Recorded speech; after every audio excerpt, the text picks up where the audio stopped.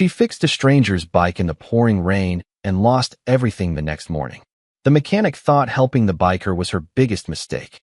What she didn't know, he'd been searching for her ever since, and he wasn't leaving until he repaid the debt.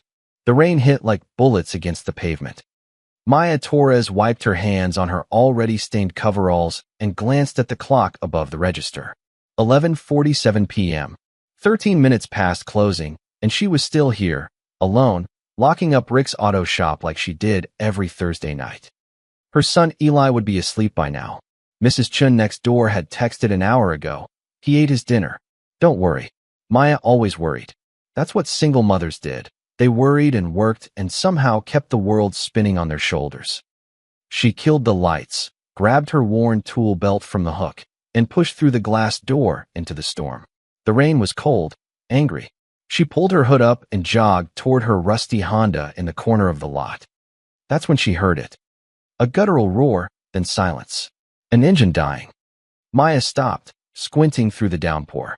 Across the street, just beyond the dim halo of the gas station lights, a motorcycle sat tilted on its kickstand. A man in a black leather jacket stood over it, helmet still on, hands on his hips in that universal posture of defeat. She should have kept walking. She had a 40-minute drive home. Eli had a field trip in the morning, and she'd promised to pack his lunch before school. But Maya had never been good at walking away from broken things.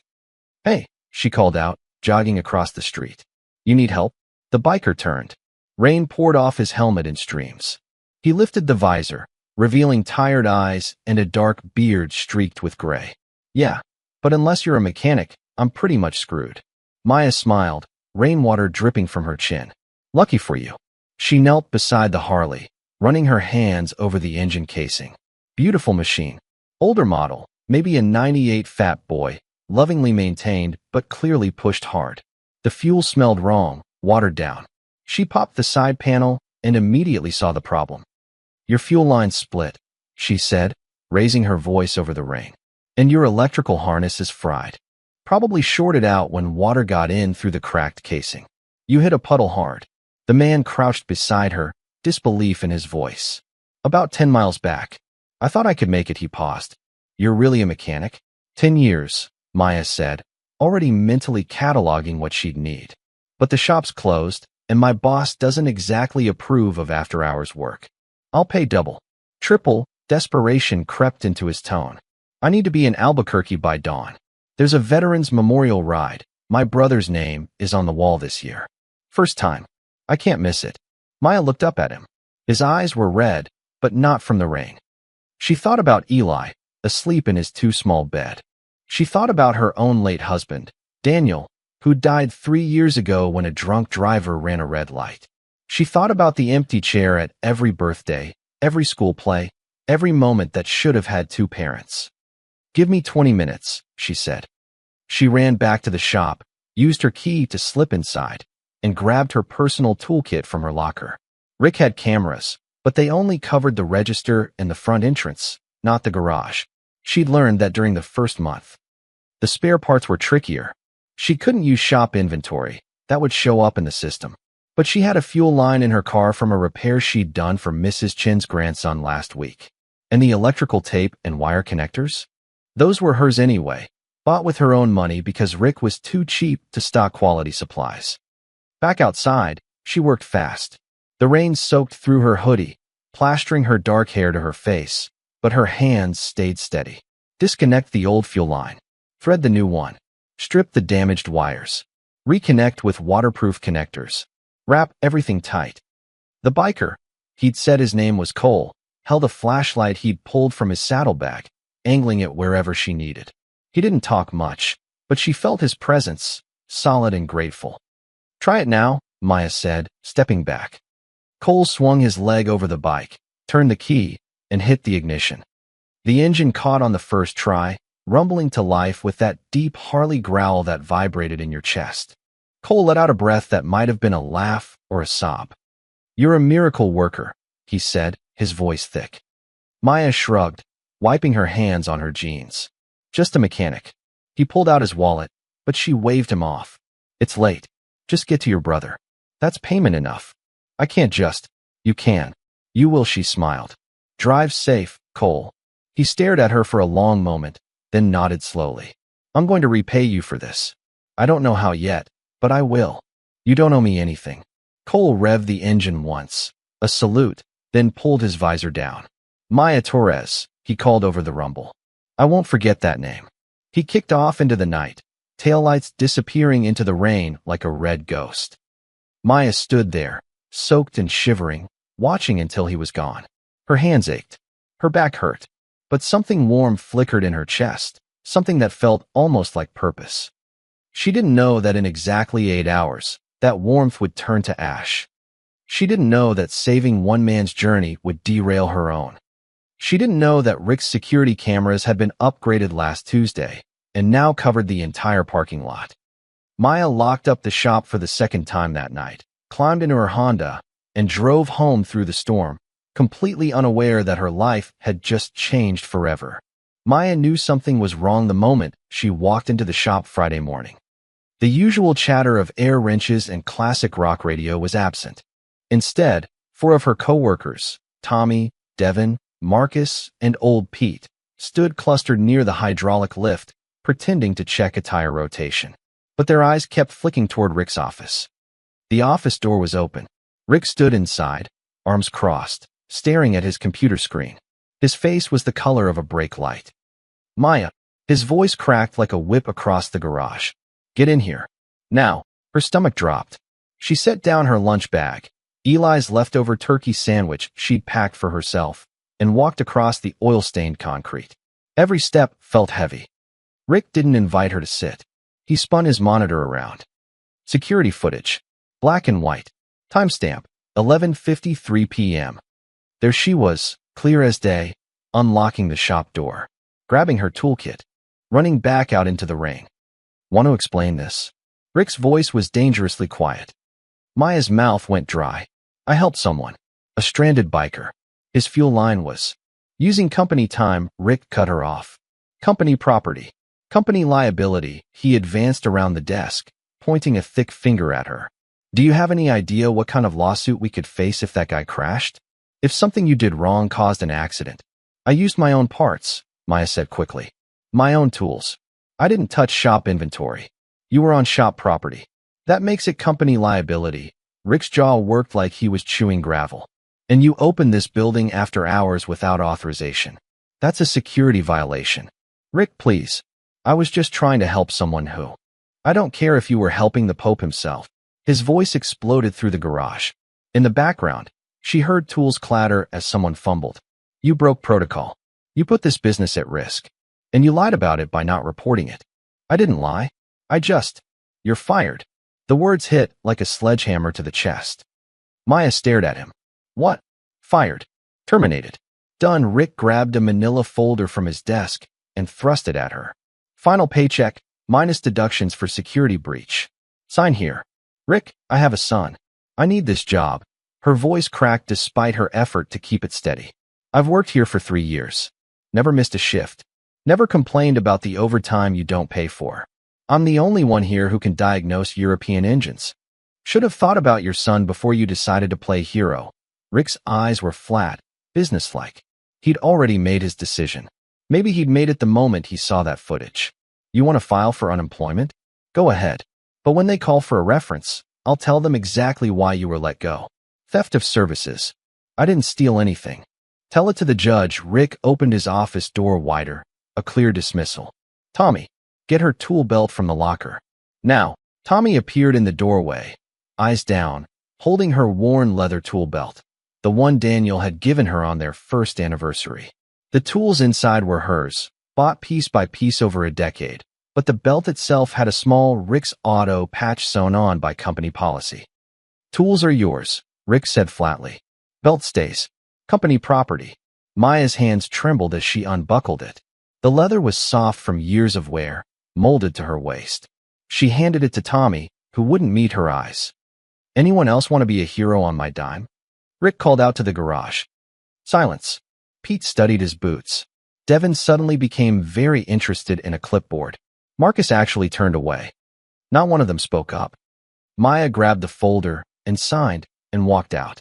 She didn't grab her lunch bag, didn't say goodbye, just walked straight to her Honda, climbed in, and sat there gripping the steering wheel. Her phone buzzed. A text from Eli's school. Reminder, field trip payment due today. $15. $15. She'd just lost a job that paid $620 a week, barely enough to cover rent, food, and utilities, and she couldn't even spare $15 for her son's field trip without bouncing another check. Maya pressed her forehead against the steering wheel and let out one sharp, bitter laugh. She'd saved a stranger's journey to honor his dead brother. And in return, she'd lost everything. Through the windshield, she could see Rick inside the office, already back at his computer, like she'd never existed at all. Tommy hung her tool belt on the hook where hers used to be. Maya started the engine. It coughed twice before catching, another repair she couldn't afford, and drove away from Rick's auto shop for the last time. She had no idea that the man she'd helped was already 500 miles away, telling everyone he met about the miracle mechanic who'd saved him in a storm. She had no idea that her name was about to travel farther than she ever could. But first, she had to survive the fall. The eviction notice came on Tuesday. Maya stared at the pink paper taped to her apartment door, the words blurring together. 72 hours to pay outstanding balance of $1,847 or vacate premises. $1,847. She had $92 in her checking account. Mom, Eli's voice came from inside. Did you get the pizza? She crumpled the notice into her jacket pocket and forced a smile as she opened the door. Not tonight, buddy. I'm making spaghetti instead. Eli looked up from his math homework, disappointment flickering across his 8-year-old face before he hit it. He was getting good at hiding things. Too good. Okay, he said quietly. Can I have extra cheese? Sure, baby. They didn't have extra cheese. They barely had spaghetti. But Maya would figure it out. She always did. After Eli went to bed, Maya sat at their kitchen table with her laptop, a battered thing with a cracked screen, and scrolled through job listings. Again. Mechanic wanted, ASE certification required. She had the skills but couldn't afford the $200 certification test. Automotive technician, dealership experience preferred. She clicked, filled out the application. Hit submit. Her 16th application this week. Her phone buzzed. A text from an unknown number. Heard you're looking for work. Tony's Garage on 5th might have something. Hope flared in her chest. She dropped her resume at Tony's on Monday. She texted back immediately. Thank you. I'll call tomorrow. She did call. At 9 a.m. sharp, she stood outside Tony's Garage in her cleanest jeans and the button-up shirt she saved for parent-teacher conferences. Tony was a broad-shouldered man with kind eyes and grease permanently embedded under his nails. He looked at her resume, nodded appreciatively at her experience, then made a phone call. Maya couldn't hear the other end, but she watched Tony's expression change. Go carefully neutral. I see, he said. Yeah, thanks for letting me know. He hung up and slid her resume back across his desk. I'm sorry, Maya. Position's been filled.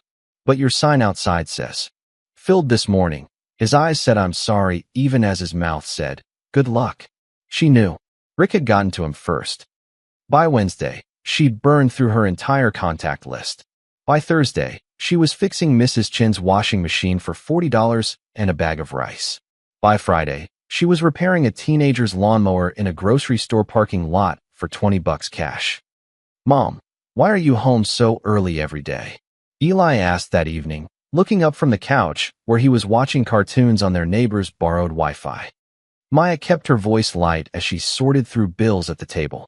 I'm on leave, sweetheart. Like a break. Did you get fired? Her hands froze on the electric bill. What? Jackson's mom got fired last year. She was home a lot too. She cried in the bathroom. Eli's voice was matter of fact, but his eyes were worried. Too worried for 8. Are you sad, Mom? Maya crossed to the couch and pulled him into a hug. He smelled like the strawberry shampoo she'd watered down to make it last longer. I'm not sad when I'm with you. It wasn't a lie exactly. That night, after Eli finally fell asleep, Maya sat in the dark scrolling through job boards on her phone to save laptop battery. Her eyes burned. Her back ached from hunching over cars and parking lots. She had $67 left, and rent was due in 3 days. She was about to close the browser when an ad popped up. Wanted, skilled mechanic for traveling racing team. Must be adaptable, experienced with performance engines, willing to relocate temporarily. Competitive pay. Housing provided. Respond ASAP.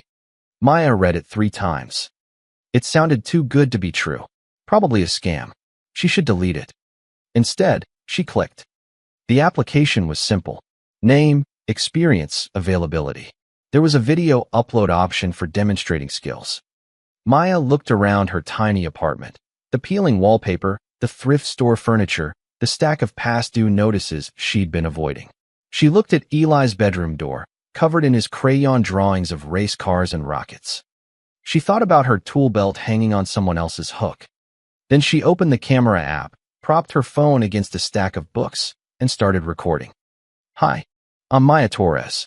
I've been a mechanic for 10 years, and I can fix anything with an engine. Let me show you. She grabbed a broken toaster from under the sink, something a neighbor had thrown out, and within 3 minutes had it working again on camera, explaining every step in clear, confident terms. It wasn't a performance engine. It wasn't even a car. But it was proof. She uploaded the video at 2:47 a.m., hit submit, and whispered to the dark apartment, "Please." The response came 18 hours later, while she was changing oil on a stranger's Honda Civic in a parking lot for $60. Can you start Monday? Maya almost didn't go to the meeting place. The address led to the outskirts of town, a gravel lot beside an abandoned diner where tumbleweeds collected against chain-link fence. Her Honda coughed and rattled as she pulled in Saturday morning. Eli buckled in the back seat with his Nintendo DS. "This looks creepy," Eli observed. "Stay in the car," Maya said, gripping her phone. She'd already texted Mrs. Chun the address. "If I'm not back in 20 minutes, call police." Then she saw the rig. A black semi-truck with a matching trailer sat gleaming in the weak sunlight, completely out of place against the dusty landscape. The trailer's side panel displayed painted flames and the words, "Rider Racing, Riding for Heroes." The passenger door of the truck opened, and a man stepped down. Maya's breath caught. Black leather jacket, dark beard, tired eyes that looked a lot less tired now. "Cole." "No way," she whispered. He recognized her at the same instant. His expression shifted from professional courtesy to complete shock. "Maya? Maya Torres, you're the traveling racing team?"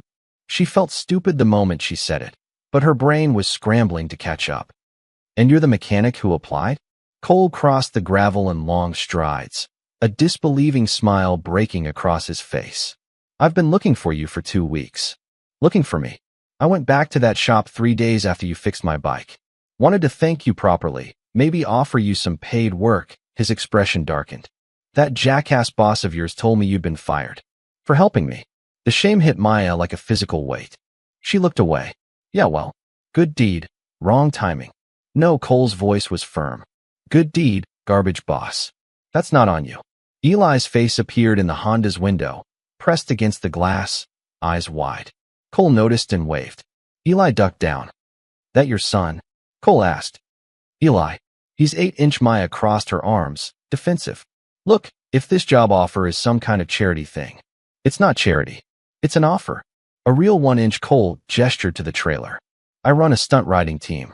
We do charity events, memorial rides, veteran fundraisers across the Southwest. We race for exposure, do exhibitions, raise money for good causes.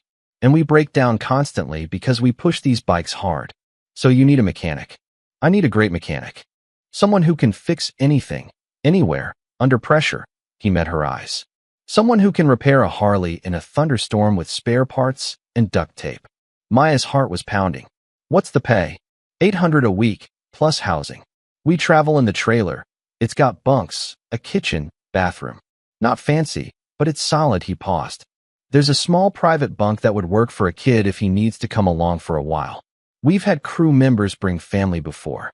$800. Housing. She could pay rent, catch up on bills, maybe even get Eli new shoes that actually fit." "I have to tell you something," Maya said. "That shop owner? He's blacklisting me, telling everyone I'm a thief.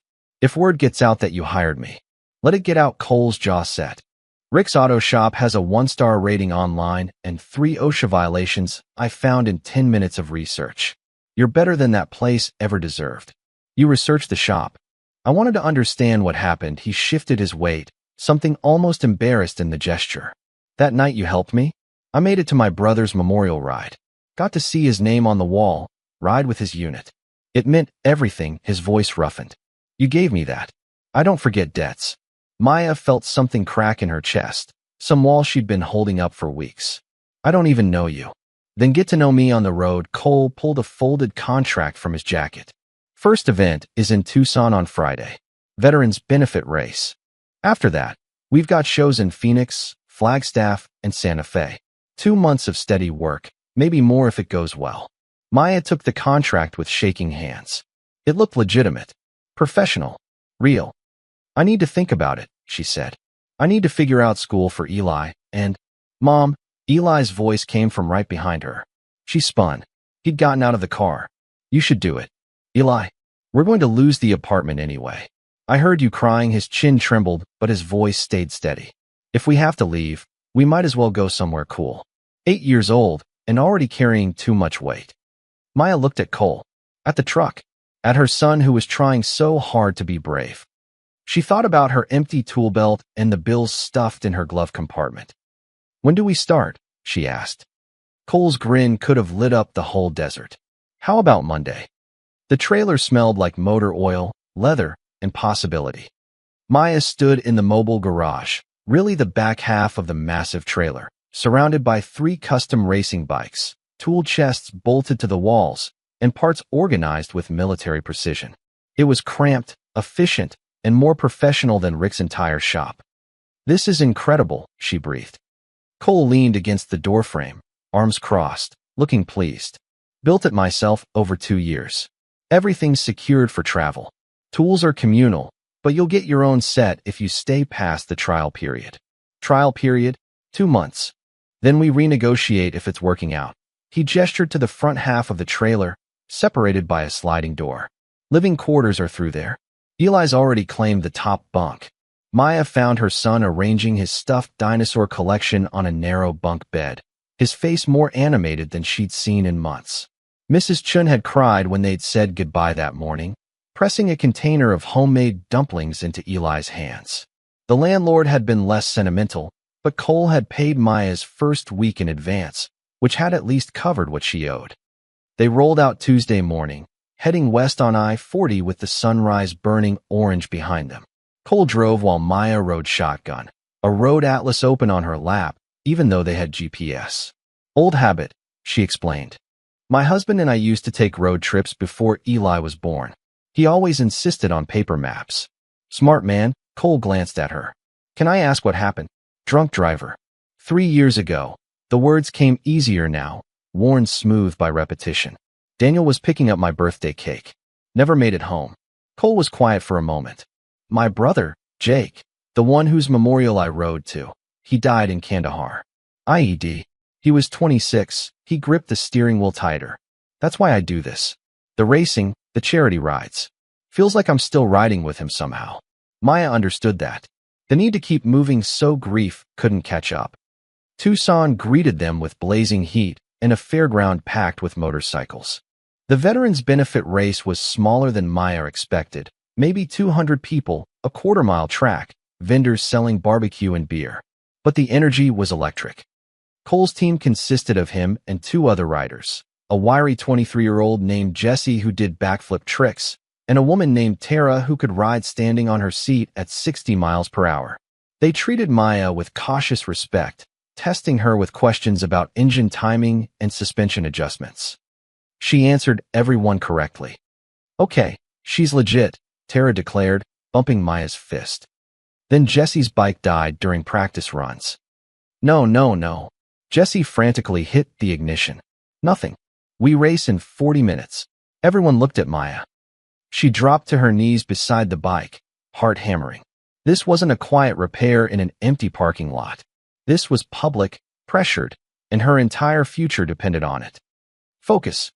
She traced the electrical system, checked fuel delivery, inspected the spark plugs. There, a loose connection in the ignition coil, vibrated free from the hard writing. Simple fix, but easy to miss. Hand me the socket wrench.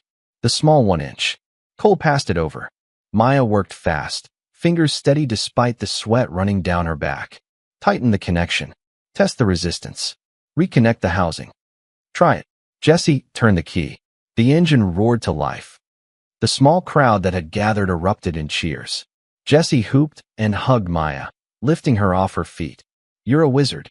That night, after the race, which they won, Jesse's backflip bringing the crowd to their feet, the team sat around a campfire outside the trailer. Eli had finally crashed, exhausted from a day of watching motorcycles and eating funnel cake. The night was cool and clear, stars scattered across the desert sky like spilled salt. Where'd you learn to work so fast? Tara asked, passing Maya a beer. Single mom. You learn to do everything fast, Maya smiled. Also, I've been fixing engines since I was 12. My dad had a shop before he died. Said I had better hands than any of his employees. He was right, Cole said quietly. Over the next 3 weeks, they traveled to Phoenix, then Flagstaff. Maya fixed a cracked cylinder head in a parking lot in Tempe. Diagnosed a mysterious fuel issue in Sedona that turned out to be bad gas from a sketchy station. Rebuilt a carburetor in Flagstaff while Cole held a flashlight and told stories about Jake's terrible cooking. Somewhere between Phoenix and Santa Fe, during long drives through painted deserts and conversations that stretched into comfortable silences, Maya realized she was laughing again. Really laughing.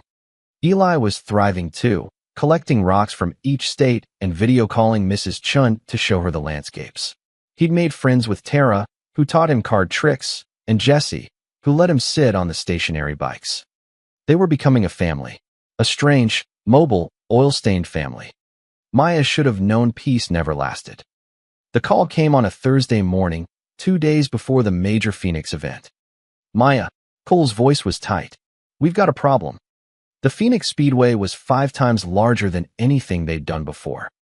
Corporate sponsors, professional racing teams, bleachers that could seat 3,000 people, prize money that actually mattered. This wasn't a small-town charity ride. This was the real deal, and Cole had fought for months to get his team invited. Maya stood in the pit area, watching crews swarm over million-dollar bikes with factory precision. She felt like a kid who'd wandered into the wrong classroom. You good? Cole appeared at her elbow, 2 coffees in hand. Just realizing we're way out of our league, Maya admitted. We've been punching above our weight since day one. That's the whole point. He handed her a coffee. Besides, you've kept us running better than half these corporate teams. Jesse hasn't had a single mechanical failure since Tucson. That was true. Maya had implemented a pre-race checklist, reorganized the parts inventory, and caught a dozen small issues before they became big problems. The bikes ran smoother than they ever had. Then she saw him. Rick. Her former boss stood beside a gleaming white trailer emblazoned with Diamondback Racing. He wore a team polo that actually fit, looking more polished than she'd ever seen him at the shop. He was laughing with a man in an expensive suit, probably a sponsor. Maya's coffee cup trembled in her hand. What's wrong? Cole followed her gaze. His expression hardened. That's him? Rick, what's he doing here? Diamondback's a regional team. They compete in most of the major Southwest events. Cole's jaw clenched. I didn't know he was their mechanic. Rick hadn't seen her yet. Maya wanted to keep it that way. She turned to head back to their trailer. Well, Rick's voice carried across the pit. Maya Torres. Didn't expect to see you here. She froze, slowly turned around. Rick approached with a smirk that made her skin crawl. Up close, she could see his team credentials dangling from a lanyard. Official. Legitimate. Everything she'd lost. Heard you landed on your feet, Rick said. Though I gotta say, running with a charity outfit? Bit of a step down from a real shop. Rick, Cole stepped forward, his voice dangerously quiet. Walk away.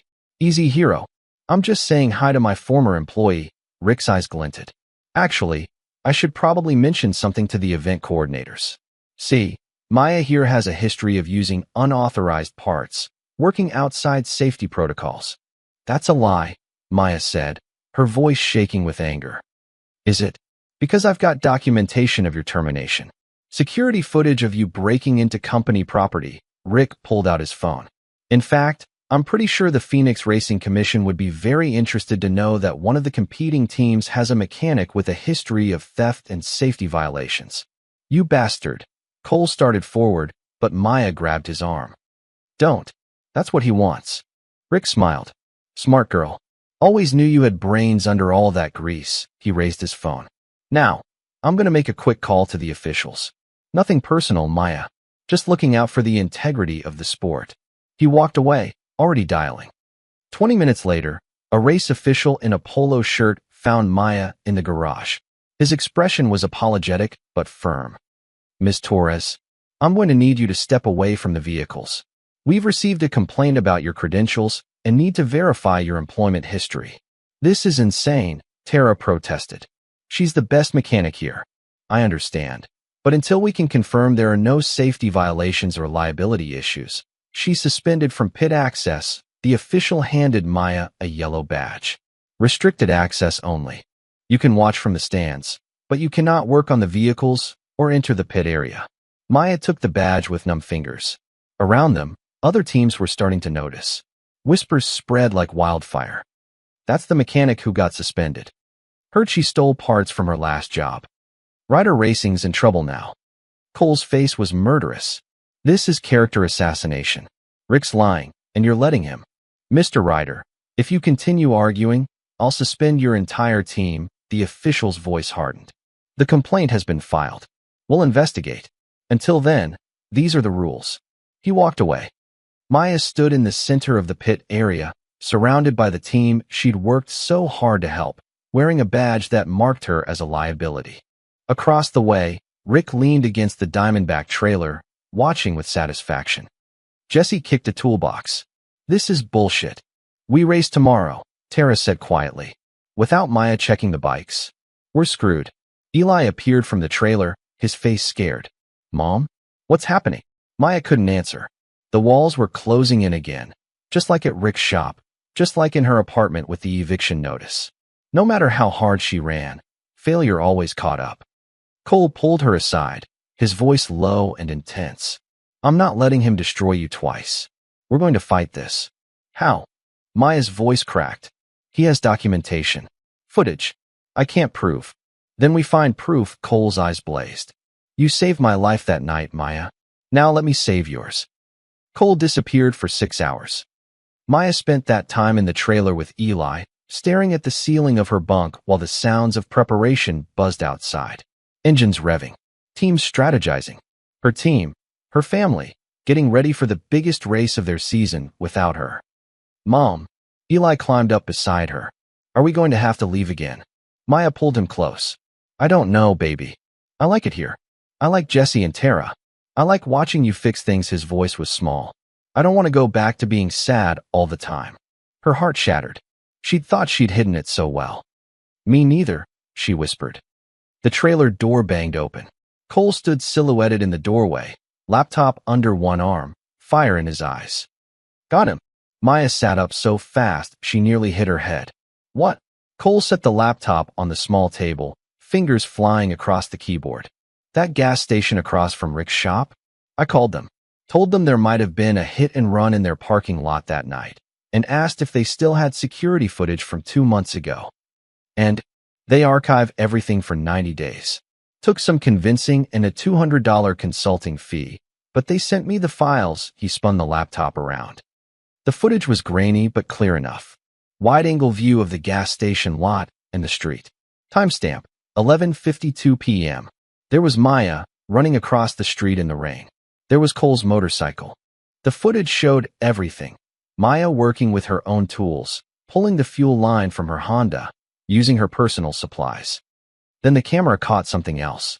Maya running back to Rick's shop, but the angle showed her going to the exterior employee lockers, not entering the building. She grabbed her toolkit from her own locker and ran back out. The building itself was never breached. He lied, Maya breathed. Rick said I broke into the shop, but I only accessed the outdoor lockers. That's not breaking in. I had a key to my own locker. And you used zero shop parts. I had a mechanic friend analyze the footage. Everything came from your personal kit or your car. Cole's smile was sharp. Rick built his case on a lie, and now we can prove it. The race officials. Already emailed them. They're reviewing it now. Cole checked his phone. They said they'll have a decision by morning, but Maya, he paused. That might be too late. We race at noon. Without you clearing the bikes, I can't risk running them. Tara appeared in the doorway. So we forfeit. No, Cole's expression shifted, determined. We race. And we tell the truth where it matters most, to the people watching. What are you planning? Maya asked. You'll see. Just trust me. The next morning, Maya sat in the stands with Eli, her stomach twisted in knots. The restricted access badge felt like a brand.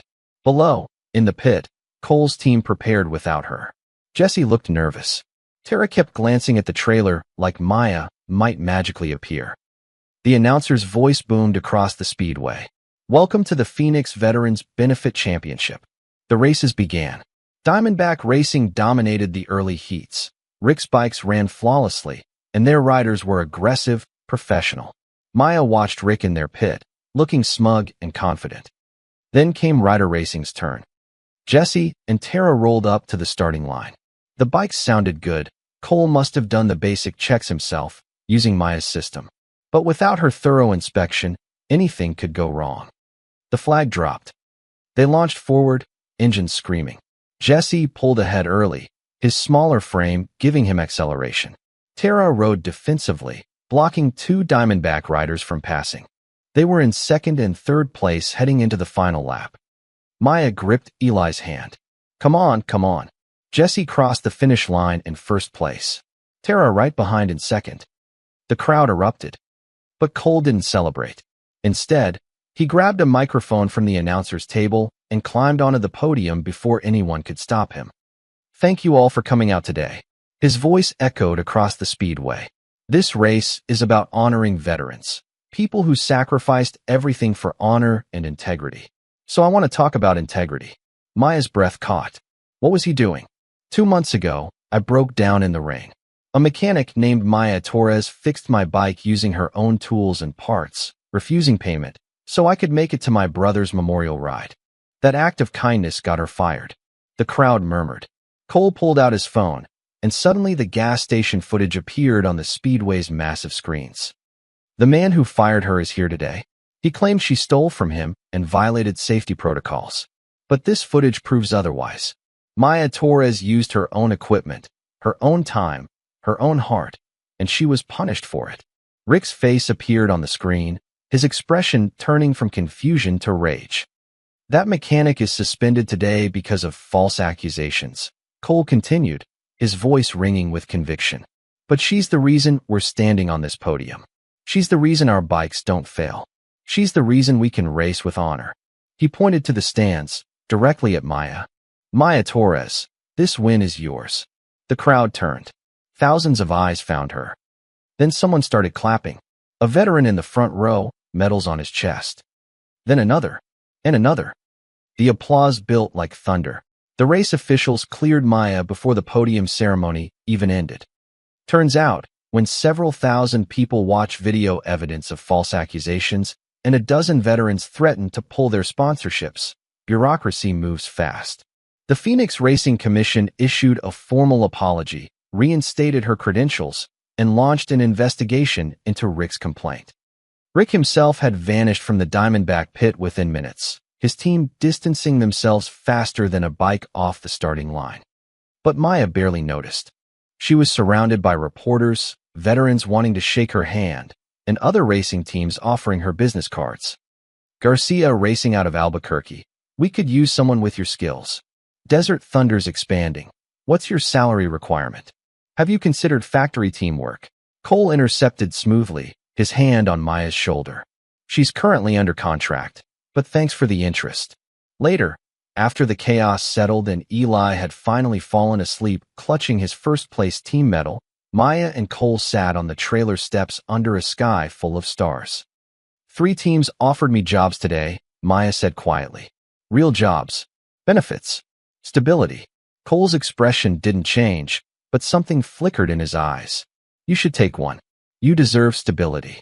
I should. Maya looked at her hands, scarred, calloused, capable hands that had rebuilt her life from spare parts.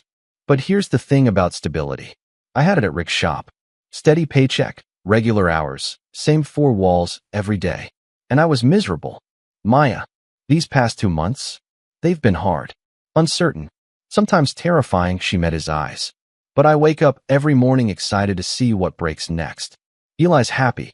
I'm happy. We're living instead of just surviving. Cole's smile was slow and genuine. So you're staying? If you'll still have us. Maya Torres, I will have you for as long as you'll let me, he paused. Actually, I've been thinking. These charity rides, the racing, it's good work. But we could do more. Expand the team. Maybe even start a program training other mechanics, especially women and veterans who need a second chance. That would take serious funding. Funny thing about going viral, Cole showed her his phone. The video of his speech had 3 million views. 5 companies contacted me today about sponsorships. Real money. One of them is a veterans foundation that wants to partner long-term. Maya's mind raced with possibilities. A real team. Training programs. Everything she dreamed of when she first fell in love with engines. We'd need a home base, she said. Somewhere to work on bikes between events. Train new mechanics. I've been looking at properties. There's a foreclosed garage in Flagstaff. Big space, good location, needs work, but it's solid. Cole hesitated. I was thinking we could fix it up together. If you wanted. Flagstaff has good schools, Maya said softly. It does. They sat in comfortable silence, the desert night wrapping around them like a promise. 6 months later. Maya's garage, built with heart. The sign hung above the bay doors in letters Eli had helped paint, each one a different color. The garage smelled like fresh paint, motor oil, and coffee from the small break room Maya had insisted on installing. Inside, 3 women worked on various bikes. Sarah, a former Marine who'd lost her leg in Afghanistan, adjusted a carburetor with her prosthetic locked steady. Kim, a domestic violence survivor who'd never touched an engine before, torqued bolts under Tara's supervision. And Jessica, a single mom like Maya had been, traced electrical diagrams with intense focus. Maya moved between them, teaching, encouraging, fixing what needed fixing. The bell above the door chimed. Cole walked in wearing his riding jacket, helmet under his arm. Behind him, his Harley rumbled, the same bike Maya had fixed in the rain that started everything. Ready? He asked. Almost. Maya wiped her hands on her coveralls, new ones, with Maya's garage embroidered over the heart. Sarah, remember to check the fuel pressure before you button it up. Kim, beautiful work on those bolts. Jessica, you've got this. Outside, Eli waited beside Cole's bike, his own small helmet already on. At 9 years old, he wasn't riding yet, but Cole had promised to teach him when he was older. For now, he rode in the sidecar they'd custom built, a bright red contraption that made him look like a tiny superhero. Where are we going? Eli asked. Santa Fe. Veterans ride. Big 1-inch. Cole kick-started the Harley, that familiar growl filling the air. Your mom's the guest of honor. Maya climbed onto her own bike, a restored Triumph she'd rebuilt from a salvage yard frame. It wasn't as powerful as Cole's Harley, but it was hers, paid for with her own money, from her own garage. They rolled out together, 3 bikes and a dream, heading toward another adventure. The garage door stayed open behind them. It always did. Because Maya Torres had learned something important over the past 6 months. You don't build walls to keep the world out. You build doors to let the right people in. And sometimes, the person you save on a rainy night ends up saving you right back.